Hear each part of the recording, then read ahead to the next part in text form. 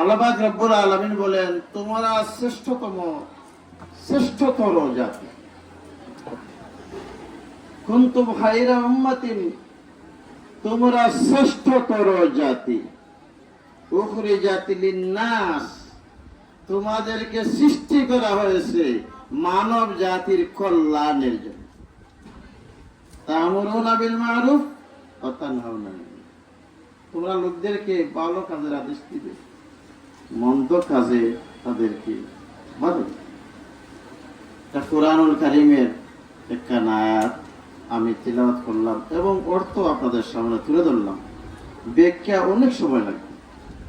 আল্লাহ পাক আমাদের কেন সৃষ্টি করেছে, এটাই লোক কাজটা কি? আল্লাহ পাক বলছেন মানব জাতিকে তোমরা শ্রেষ্ঠতর জাতি, তোমাদেরকে সৃষ্টি করা হয়েছে মানব জাতির কল্যাণের জন্য।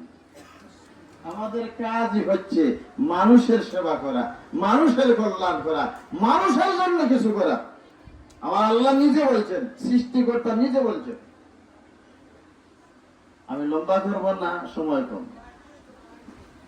7 বছর হয়ে গেছে আমি বাদেশ্বরে। এই বিগত 7 বছরে আমি প্রায় সময় সলিমা খানম উচ্চ বিদ্যালয়ে অনুষ্ঠান হয়, আমাকে দাওয়াত করা হয়, প্রতি বছর আমি আসি।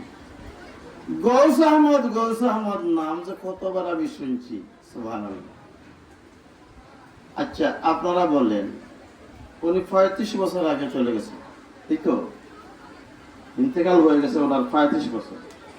35 বছর আগে শুধু গৌস আহমদ মারা গেলেন নাকি এই দেশের হাজার হাজার মানুষ মরছেন?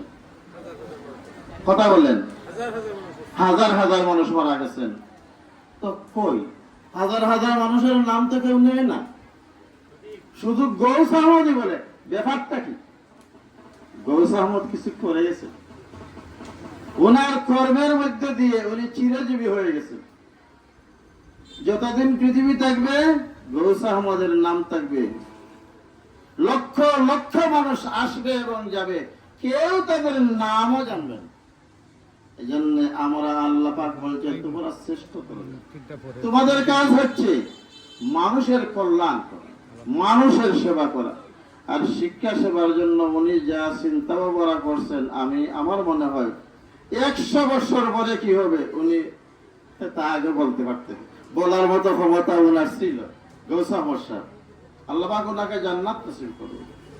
মেয়েদের শিক্ষার ব্যাপারে 1500 বছর আগে রাসূল পাক সাল্লাল্লাহু আলাইহি ওয়াসাল্লাম অত্যন্ত গুরুত্ব দিয়ে বলেছিলেন, তলবুল ইলমি ফরিদাতুন আলা কুল্লি মুসলিমিন ওয়া মুসলিমা। শুধু পুরুষের জন্য শিক্ষা নয়, মেয়েদের জন্য। যেভাবে আমি উদাহরণ দিই, যেভাবে নামাজ পড়া পুরুষের জন্য ফরজ, ঠিক তেমনি ভাবে নারীদের জন্য নামাজ পড়া নাকি বেশ সমাজে সমানভাবে, ঠিক তেমনি ভাবে জ্ঞান অর্জন করা পুরুষের জন্য যেমন ফরজ, রাসূল বলছেন মেয়েদের জন্য তেমনি ফরজ। সমান সমান। ইসলাম সমান অধিকার দিল না মেয়েদেরকে খাটো করলো? সমান অধিকার দিয়ে দিল। সমান অধিকার দিয়ে দিল শিক্ষার ক্ষেত্রে। জ্ঞান অর্জন করো, তুমি মানুষ হও, এ দেশের জন্য কিছু করো, সমাজের জন্য কিছু করো, মানবতার কল্যাণের জন্য নিজেকে নিয়োজিত করো। এই হইল কোরআনের কথা, এই হইল হাদিসের কথা, এই হইল ধর্মের কথা, এই হইল দ্বীন ইসলামের কথা। আল্লাহ পাক রব্বুল আলামিন আমাদেরকে বুঝান এবং বেশি বেশি করে ভালো কাজ করা। আমি দোয়া করি আপনাদেরকে নিয়ে, এই বাদেশ্বরের ঘরে ঘরে একজন গৌস আহমদের জন্ম হোক। আল্লাহ পাক কবুল করুন। ওনার সুযুক্ত উত্তরসূরিরা যেভাবে কাজ করে যাচ্ছেন, আসলে খুশিতে আমার মন ভরে যায়। যারা ফজল আহমদ সাহেবের দিকে তাকাই যাবে, কত সুন্দর কথা, যোগ্য উত্তরসূরি। আল্লাহ পাক ওনাকে কবুল করুন, ওনার হায়াত দারাজ করুন এবং আরো বেশি খেদমত করার তৌফিক দান করুন। আমিন। আসসালামু আলাইকুম ওয়া রাহমাতুল্লাহ।